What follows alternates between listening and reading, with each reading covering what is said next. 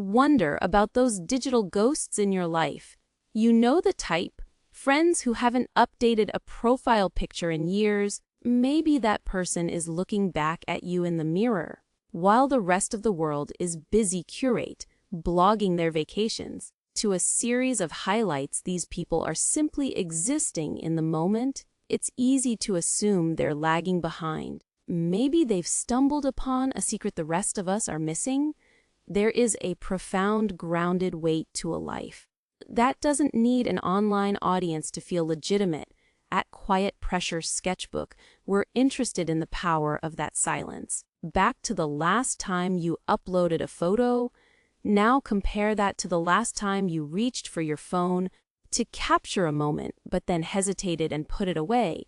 That split second of indecision is where the truth lies. That gap your mind is running a high-speed audit. You're asking yourself if this version of your life is shiny enough for the hundreds of friends you haven't grabbed a coffee with since high school.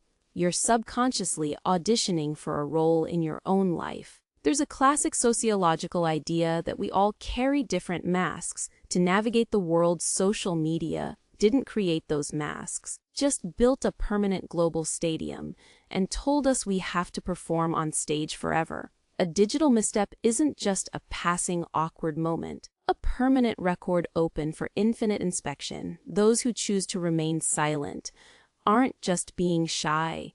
They're opting out of the play entirely. Data suggests that roughly a third of people are lurkers, individuals who consume content but never contribute. That label sounds a bit voyeuristic. The reality is far more protective.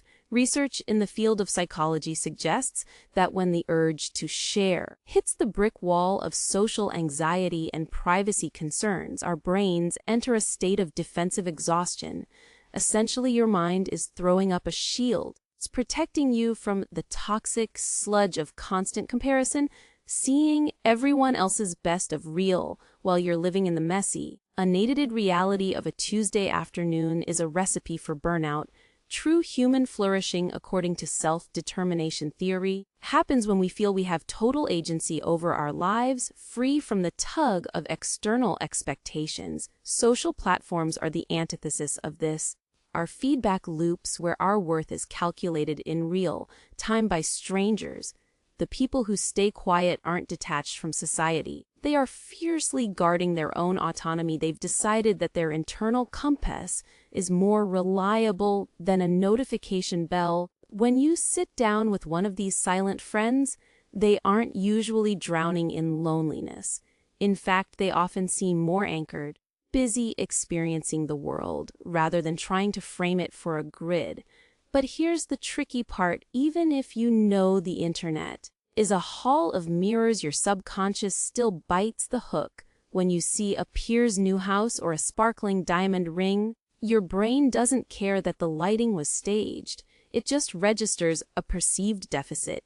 The non-posters aren't avoiding the game because they're afraid. They're avoiding it because they realize the house always wins. Why enter a race where everyone else is allowed to edit their finish time? This is why many of you might find yourselves here at Quiet Pressure Sketchbook, deep diving into long-form video content while completely ignoring your Instagram feed. YouTube offers a rare sanctuary, the ability to learn, reflect, and be entertained without the burden of being watched back.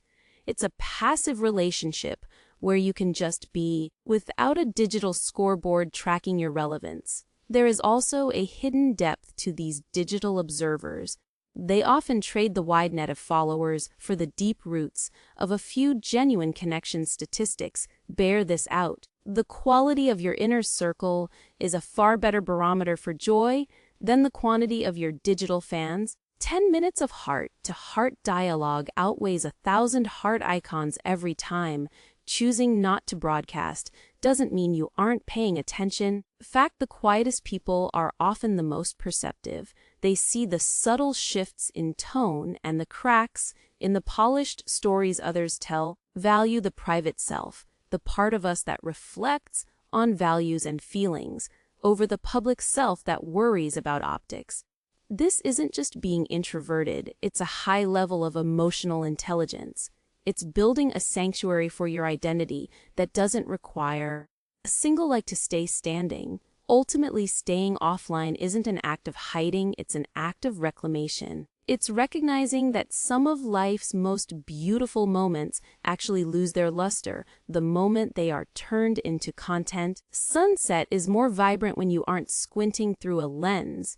A secret is more special when it stays between two people. By playing the long game, the quiet ones avoid the emotional roller coaster of the validation economy. The great paradox is that we look to social media for the very things, connection and community, that we actually find in the real unrecorded world. We've turned silence into something weird and constant broadcasting into the norm. But those who step away aren't losing out on connection, are simply changing the terms of the deal. They want the truth, not the performance. Nobody looks back at their life and wishes they'd spent more time perfecting a caption. We wish we'd spent more time actually living. The people who don't post aren't lost in the dark, just enjoying the view from a place where the cameras can't find them.